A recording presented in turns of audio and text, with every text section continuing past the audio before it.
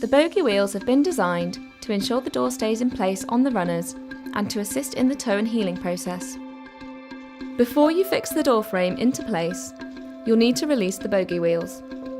These are located at both the top and bottom of the door frame, inside and outside the door. They contain springs which need to be released by removing the grub screw on the side. Once you've done this, the bogey wheels won't come out of the tracks. Once you have fixed the door, you'll want to check that the gap between the head and the sashes is the same as between the sash and the sill. If the gaps are different sizes, you can fix this by adjusting the bogey wheels. You should aim for the distance to be constant to within plus or minus 2 mm across the width of the opening.